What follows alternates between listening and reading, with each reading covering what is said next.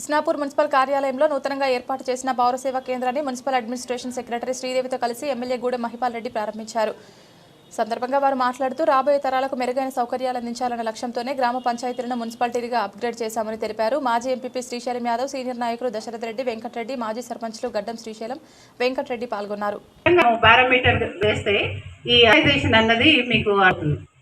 Urbanisation ఒక గ్రామ panchayat municipality మనము గ్రాడ్ అయినప్పుడు కొన్ని ఉంటాయి అంటే అవి అమల్లో ఉన్నప్పుడు ఒకైనా డెవలప్మెంట్ ఉంటుంది, ఎక్కడ అక్కడ కార్లు ఉంటాయి. కానీ అర్బన్ అయినప్పుడు ప్లాన్ ఏర్పాటు చేసి ఎక్కడైతే మనకి ఇళ్ళకి ఆర్ హౌసింగ్ కి ఏది మనకి కంఫర్ట్ ఉంటుందో, అలాగే ఎక్కడ ఉంటే బాగుంటుందో, అలాగే పర్యావరణాన్ని మనం కాపాడుకుంటా ఒక ప్లాంట్ పార్క్ కానివ్వండి, లేక ఒక లేక్ కానివ్వండి, లేకపోతే ఒక రివర్ స్ట్రీమ్ కానివ్వండి, ఇవన్నీ అన్ని ఏర్పాటు చేసుకుని ఒక మంచి సిటీ లాగా ఒక మంచి ప్లాన్ ఏర్పాటు చేసుకోవడానికి ఒక ఈ అర్బన్ గవర్నమెంట్ దక్కుతుంది.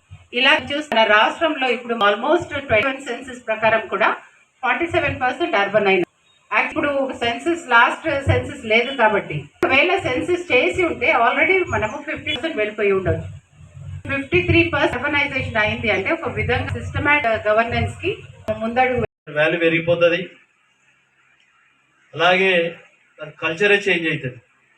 కొంతమందికి ఇబ్బంది ఉన్నా రేపు పొద్దుగాల రాబో తరానికి సెంట్రల్ గవర్నమెంట్ ఫండ్స్ కానీ స్టేట్ గవర్నమెంట్ ఫండ్స్ కానీ అన్ని రకాల అభివృద్ధి చెందడంలో ముందు వరుసలో ఉంటాం మనం. కాబట్టి పటాన్చెరు నియోజకవర్గంలో మొత్తము 8 మున్సిపాలిటీలు, 3 గ్రేటర్లు ఉన్నాయి, 3 డివిజన్లు ఉన్నాయి. రేపు రాబో కాలంలో గిట్ట అతి షార్ట్ పీరియడ్లోనే ఇంకొక మున్సిపాలిటీ చేసుకుంటాం భగవంతుడి దయతోటి. దాంతోపాటు ఒక మండలం మాత్రం గుమ్మడిదాల సైడు 6 గ్రామ పంచాయతీలు ఒకటి ఉంటుంది, గుమ్మడిదాల మండలం.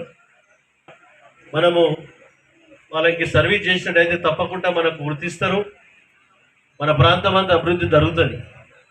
కార్యక్రమానికని ఇన్వైట్ చేసి ఈ కార్యక్రమాన్ని ఈ రకంగా తీసుకొచ్చి మనందరికీ పౌర సేవలను దగ్గరికి తీసుకొచ్చేసి మనకున్న అపోహలు ఏ రకంగా ఉన్నాయో వాటిని పొరగొట్టడానికి, అపోహలు కాదు మేము పనిచేయడానికి ముందున్నామని మన స్పెషల్ ఆఫీసర్ అయితే చెప్తున్నారో దానికి నిదర్శనమే ఈరోజు ఇనాగ్రేషన్ చేయడానికి మన ప్రిన్సిపల్ సెక్రటరీ గవర్నమెంట్ లెవెల్లో మన దగ్గరకు వచ్చేసి ఇనాగ్రేషన్ చేసినందుకు వారికి ధన్యవాదాలు తెలియజేసుకుంటూ, మేడం మా మున్సిపాలిటీ ప్రజాప్రతినిధులు అందరూ ఇక్కడ ఉన్నారు, ప్రజలు ఉన్నారు, వారందరికీ మీ సందేశాన్ని తెలియజేస్తున్నా కోరుతున్నాను. ఒకరే చెప్పారు, అందరికీ నమస్కారం. నమస్కారం చెప్పలేకపోతే గట్టిగా చప్పట్లతోటి మీరు 5 గ్రామ పంచాయతీలు ఏవైతే వెళ్తుంది అన్న దాని మీద ఒక విజన్ క్రియేట్ చేసుకొని ముందుకెళ్తా ఉంది.